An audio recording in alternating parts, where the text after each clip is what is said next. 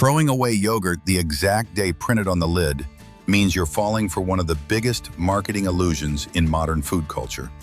And the story behind those tiny dates didn't begin in spotless food science labs. Back in the 1930s, Chicago crime syndicates were looking for legal businesses to funnel money through. One of the industries they became involved in was milk distribution. Around that same time, pressure grew for laws requiring bottles to be stamped with packaging dates, supposedly to guarantee freshness and quality. But for most of the 20th century, supermarkets didn't even use expiration dates on the majority of products. People relied on their eyes, their nose, and common sense. The widespread labeling system we know today only became standard later, mostly because stores needed a simple way to rotate inventory on shelves. What started as an internal code for employees slowly turned into a psychological barrier for consumers. We began confusing best quality with dangerous to eat. Today, the food industry speaks to us using three main labels, and the most misleading one is sell-by.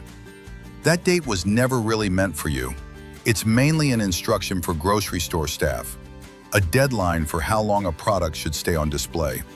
In many cases, the food is still perfectly safe for days afterward, but millions of people throw it away simply because they misunderstand warehouse logistics. Then there's best before. This label has nothing to do with safety. It simply marks the point when the manufacturer believes the product tastes its best. Maybe the crackers are crunchier. Maybe the juice color looks brighter. After that date, the food usually just begins losing some quality, not becoming dangerous. The only label that truly matters for safety is use by. That's the one commonly placed on refrigerated meat, fish, and ready-to-eat meals. Unlike the others, this date is tied to actual biological risk. And determining that date is surprisingly intense. Food companies don't just leave products sitting around for weeks waiting for them to rot naturally. Instead, they use accelerated aging chambers. Scientists expose products to extreme heat, humidity, and bright light to simulate time passing faster.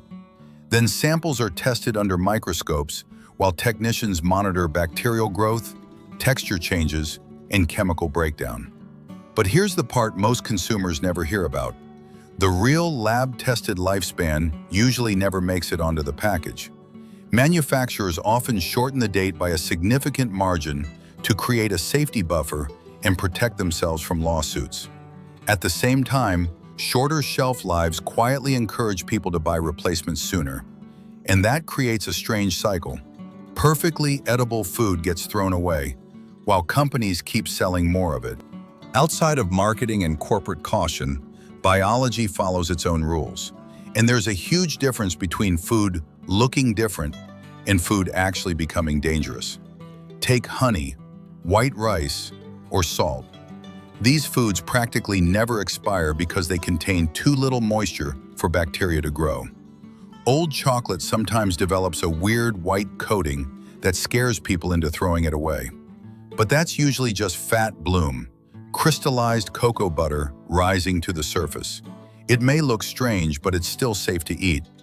Dry pasta can last for years in a cool, dark cabinet. But high-risk foods are a completely different story. Moisture and protein create the perfect environment for invisible bacterial growth.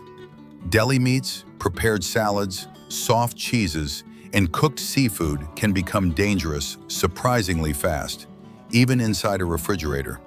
Texture matters too. If mold appears on a hard block of Parmesan, you can often cut away the affected section and safely use the rest. But that doesn't work with soft foods like jam, cottage cheese, or cream-based products. In soft foods, mold spreads microscopic roots far beneath the visible surface, contaminating the entire container long before you can see it. And our inability to tell the difference between harmless changes and real biological danger comes at a massive cost.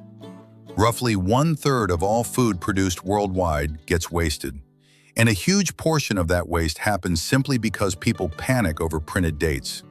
Meanwhile, mountains of untouched food rot in landfills, releasing methane gas into the atmosphere, a greenhouse gas far more aggressive than carbon dioxide. We burn through water, fuel, energy, labor, and farmland, only to seal food in plastic and throw it into the trash days later.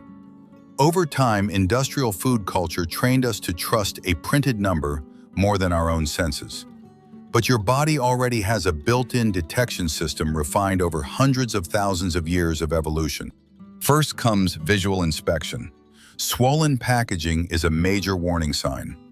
Gas buildup often means microorganisms are actively growing inside. Then comes smell. Sharp, sour odors, chemical smells, or ammonia-like scents usually signal decomposition. The human nose is incredibly sensitive to these compounds, even in tiny amounts. Next is texture. Sliminess, unusual softness, or sticky surfaces are all signs something may be wrong. And finally, taste. Even a tiny bite can reveal bitterness, fermentation, or chemical flavors that shouldn't be there. Because in the end, expiration dates are only rough guidelines.